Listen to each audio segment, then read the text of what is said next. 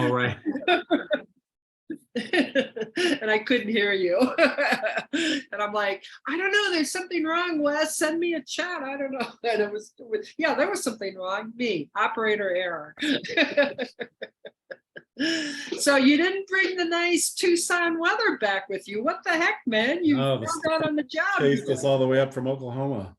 Say that again. But the storm chased us all the way up from I Oklahoma. was wondering about that because I mean, it was a beautiful day here yesterday. It actually got up into the 50s, but you know, my brother lives out in Oregon, and he said that they were having, and usually the weather they have, we get about 2 or 3 days later.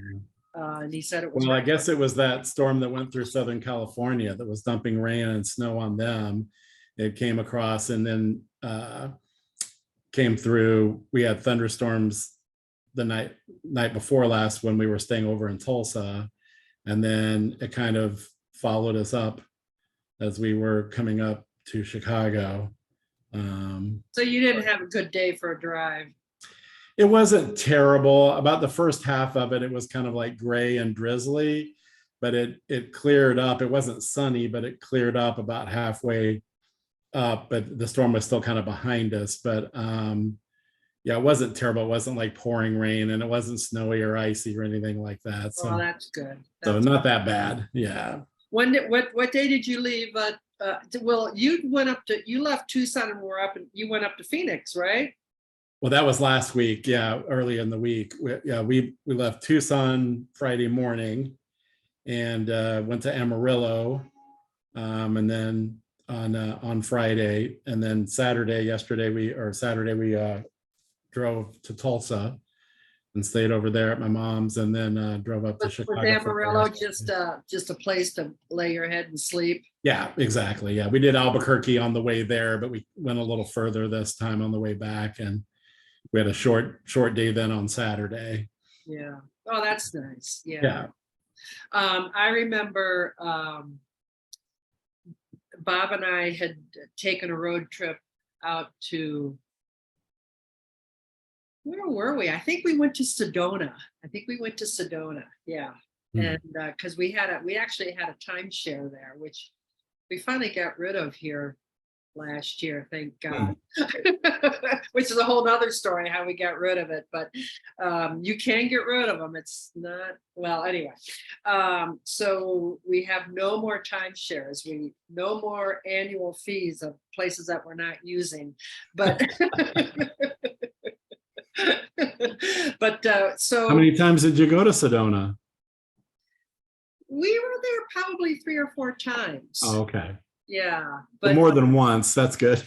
Yeah, more than once. And I mean, the idea and why we bought it, and you know how those timeshare people are, and the whole idea was I was going to make it available to clients, and they could go there and use it. Well, that never happened, you know. It was a nice idea on paper, but I have a tough time getting people to even take advantage of my free Starbucks thing.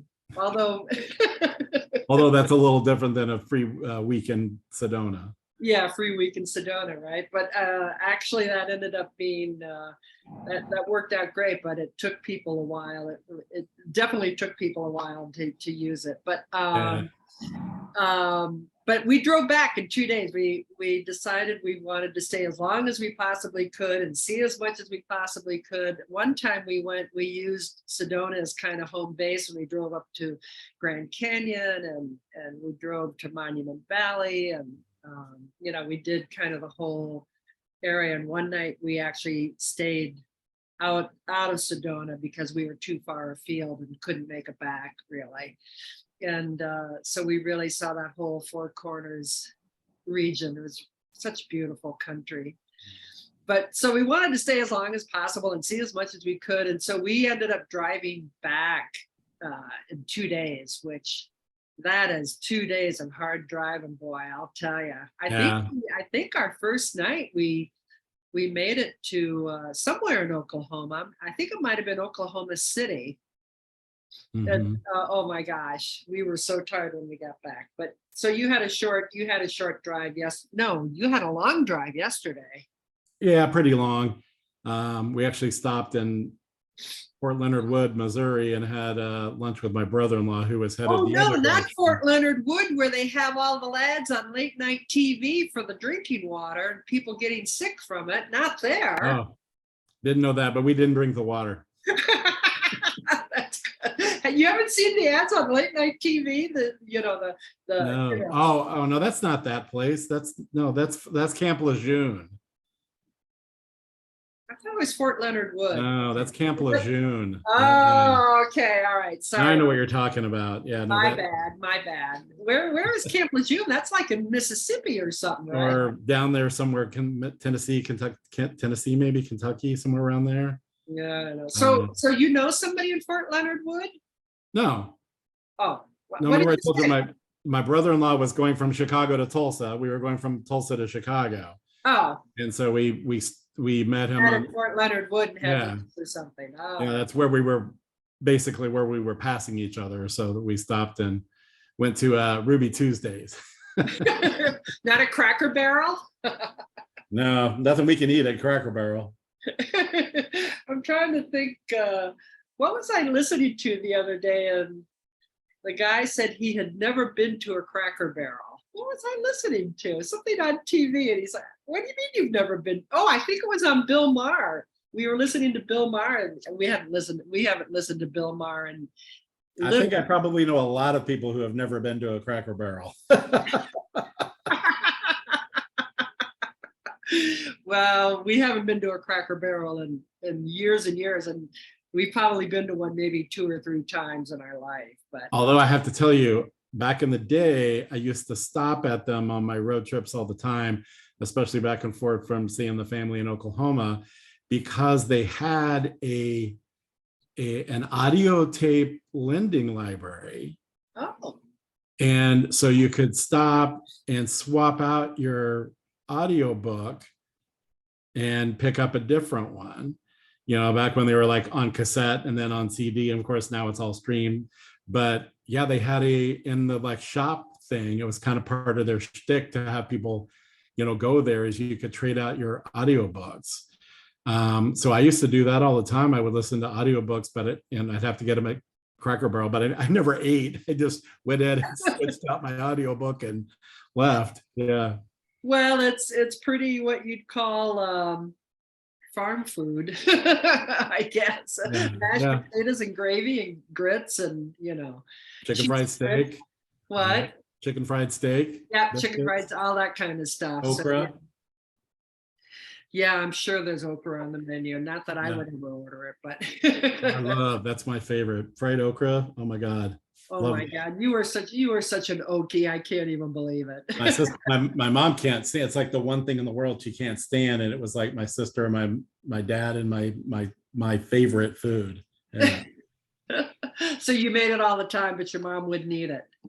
Yeah, well, we didn't make it a lot. It's kind of messy to make, but we got it a lot. You know, down there, that's like almost as typical as French fries. So if you go get a sandwich or a burger somewhere, fried okra is one of the sides that you can get.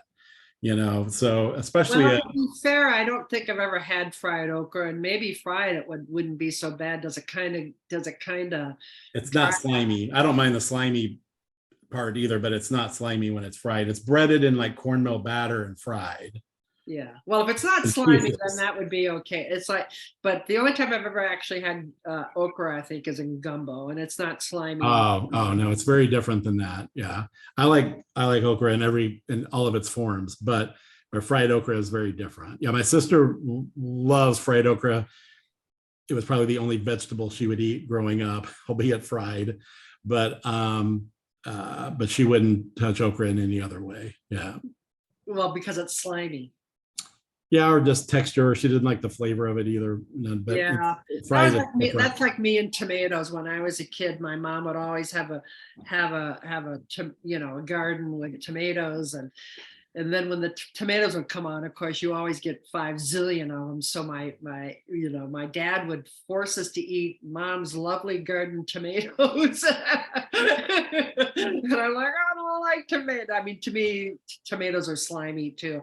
And I don't mind cooked tomatoes, but I still to this day am not I'm not a fan of raw tomatoes. I love, If yeah, they're like chopped up in a, like in like diced or something, and like in a pico de gallo or something like that, that's different. But I love good. Well, the problem is you don't normally get good tomatoes, but a good fresh, like farmed or homegrown tomato. Oh my, those are so yeah, good. that's what Bob says. He says it's a completely different animal, and It is. It is. Stump always said he hated tomatoes growing up until he had like a good one and never realized that those actually existed.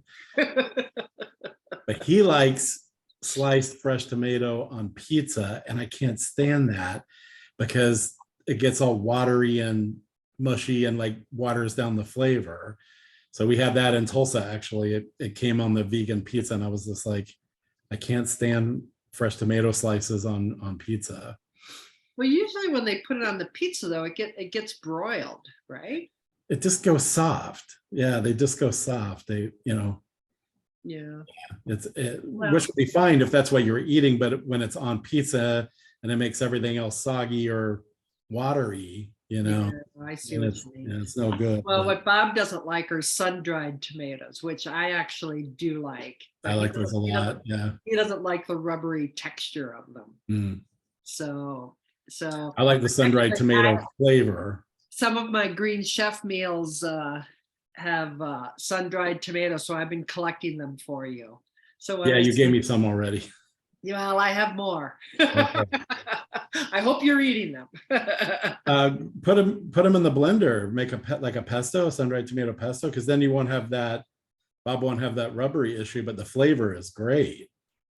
So you get that rich flavor, But yeah, you can, Like blend put it up into anything. art, you mean like that? Put them in the cuisine art? Yeah, I mean, I have a Vitamix, so it's a blender to me. But yeah, just anything that grinds them up. Tell us about. Let's not talk about sun-dried tomatoes and stuff. Tell us about Tucson. It was good. It wasn't as good a weather as we're used to there, but we don't normally go in February either. So I think even for February though, it was pretty cool and a little rainy because that's the first time I've actually ever even seen rain there. Yeah. As many times as we've been. We just don't normally go in the seasons, when it rains. When do you normally go? Like in November? We've gone in November, we've gone March, April, May. But yeah, we've never been like February, March. What's the difference, really? I mean, evidently a lot. Oh, really? Okay. Well, no, but I mean, did you hear this thing on the news that LA had like their first ever winter storm watch or something? Well, that's the storm I was talking about. That's what we got right now. That's what came up through Oklahoma, and what we've got. It's that same storm front. Yeah. Oh. We watched the weather while we were in Tulsa, and they were showing how it was coming across the country and coming up, and kind of dissipating as it was hitting the north and Chicago and stuff. Yeah. That's pretty funny because LA is having ice and we're having rain. Yeah. Hello. Yeah. So I guess, February's cooler than March in Tucson anyway, but also, they're experiencing, unusual climate changes too. Well, I guess that was sort of my point. Yeah. So although it's, normally cooler than what we're used to there, it was cooler than normal. And as a matter of fact, we were with a lot of neighbors and stuff there that had been there for the winter, and they were saying January was warmer. They have much warmer days in January than they did like the weeks that we were there. Huh. Interesting. Well, I had that client who was down in Ensenada for the month of, he went down there, I guess December, and came back like the end of January, beginning of February. So he was down there for like 2 months and had to change hotels because the hotel that he was in didn't have heat. And he had to move into a hotel that had heat. And they had all that rain like they had in Southern California, of course, because it's right down the Baja Peninsula there. About, yeah.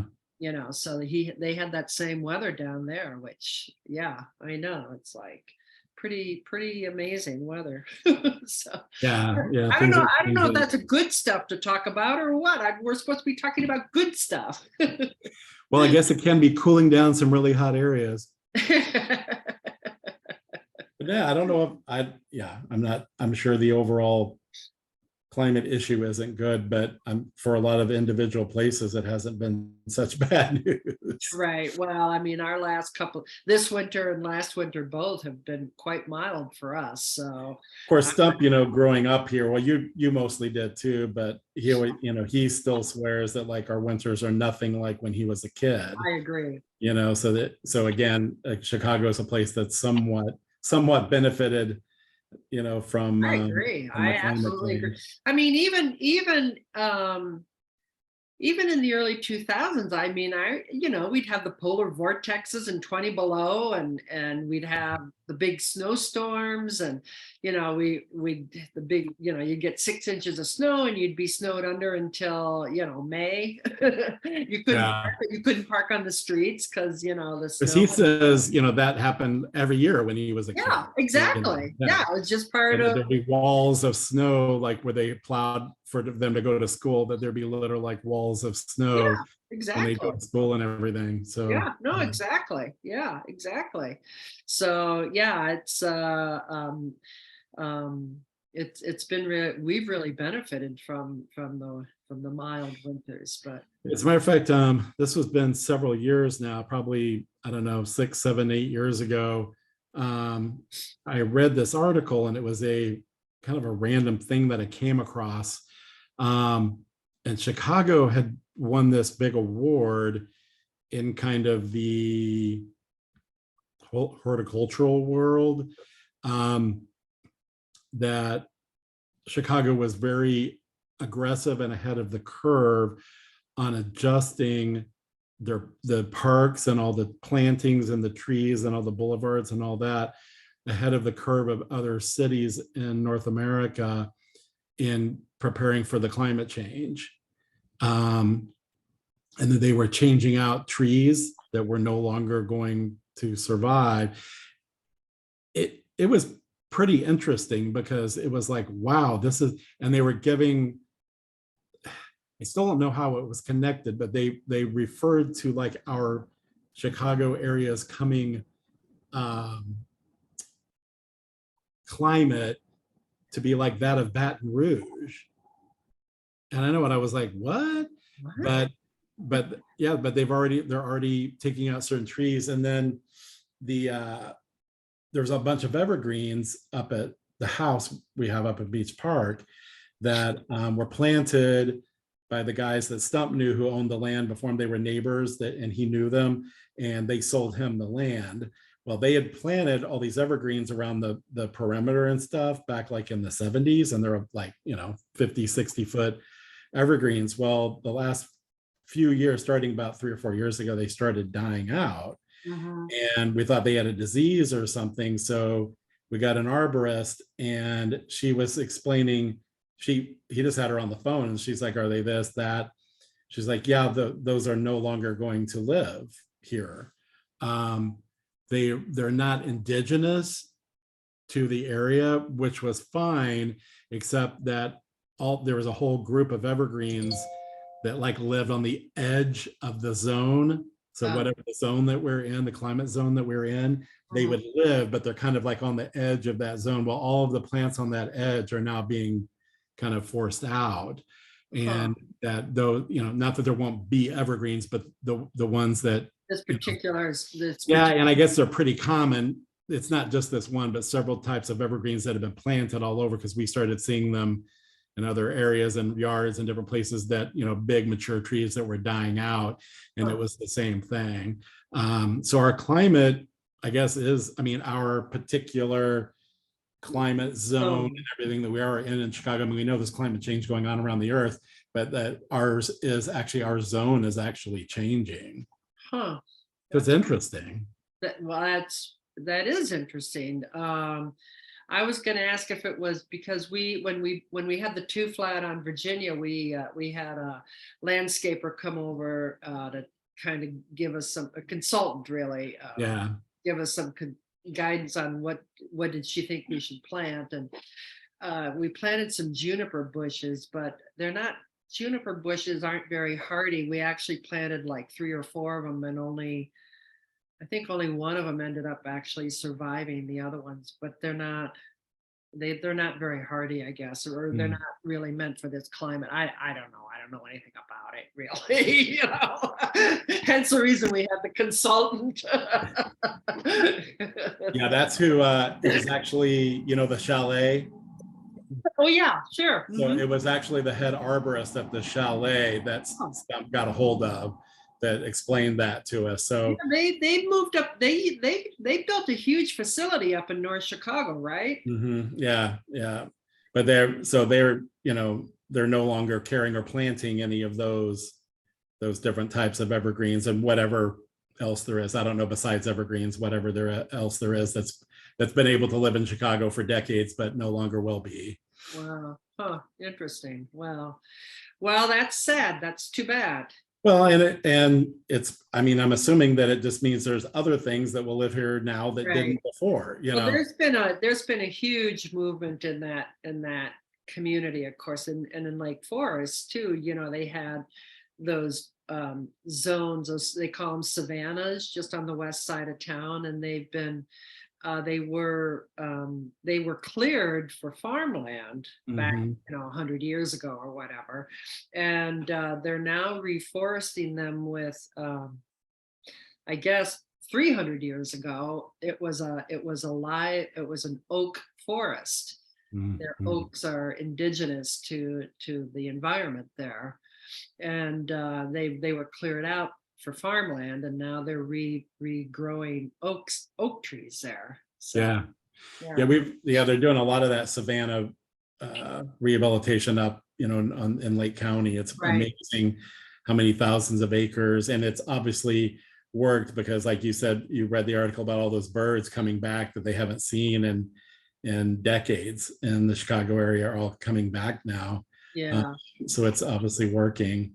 But yeah. it reminds me, there was a book I read years ago, and I can never think of the name of it. I'll have to look it up, but it's a book about Chicago history, but it's the history of Chicago up to the Great Fire. Oh, So it's hmm. not all the history that it goes back to like the forming of the land and the ice age, Oh, like the the whatchamacallits. ridges and stuff, like, Yeah, but the not iceberg, what's it called? The yeah, the glaciers. glaciers, Yeah. how it formed.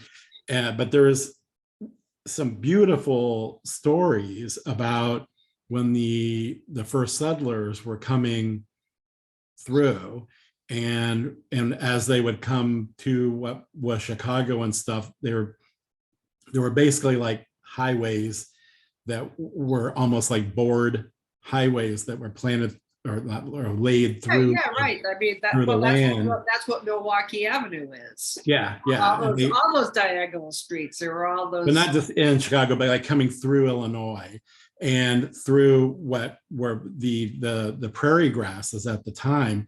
And the descriptions of the prairie grass were just amazing. And there was one that was like a letter that was written to their family describing it as they were coming through, and they had to stand on the tops of the carriages to look over the grasses, and because they're really tall, and that it was like a sea and that it moved like an ocean, Sure. and of these different colored like golds and yellows and browns and blues and everything of these different colored grasses that moved in the sun and through, and that it looked like that they were in a boat on the ocean, and it was forever to, like, as far as your eye could see. It was really amazing to see these Well, descriptions. you should appreciate that, being from Oklahoma, where they grow all the wheat.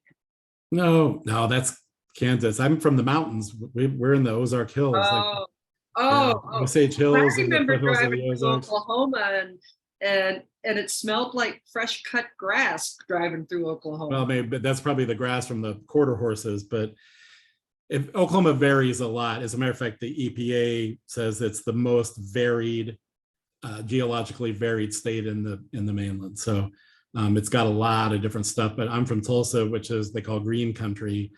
The northeastern whole like quarter is all like green and hills. The Arkansas River runs through downtown Tulsa.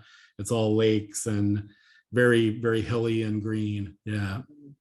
All right. Okay. So not the grasslands where they grow the wheat. No, I think a lot of Oklahoma looked like that back in the day too. There was a lot of prairie grasses. Sure. And I think during the land run, the big Oklahoma land run, I've seen descriptions of that too. Yeah. But it was a lot like that. Yeah. Well. All right. Well, welcome back. I hope you're ready to get back to work. I'm ready. We're getting into spring market. Oh my gosh, it's unbelievable. I mean, You've been busy, huh? well, I've been yeah, it's been busy. Good. I have a new listing that my seller, he's the executor of the estate, and the heirs want to get into the property and remove their personal effects before they will allow us to start showing it. Oh, So so I can't put it into the MLS yet, but I sent out an email blast last week. Anyway, the properties for fixer, for fixer upper guy, rehabbers, or even a tear down and build, because it's over in Lakeview. So the land is pretty valuable in and of itself, and it's a wide lot. It's a 37 and a half, a lot and a half. So I sent out an email blast to about 250 agents that I know work the area, that work with builders and developers, rehabbers. And I've got 2 offers already on the table, and I have 3 other agents telling me that they're bringing me offers. So we're never going to make it to the MLS. Yeah. We'll be gone. So yeah, we are definitely getting into a spring market. There's no Well, question. good. Yeah, it is good. It Good is to hear. I don't know if it's going to be the feeding. I hope it's not, because that was incredibly stressful if it's a feeding frenzy we had last spring.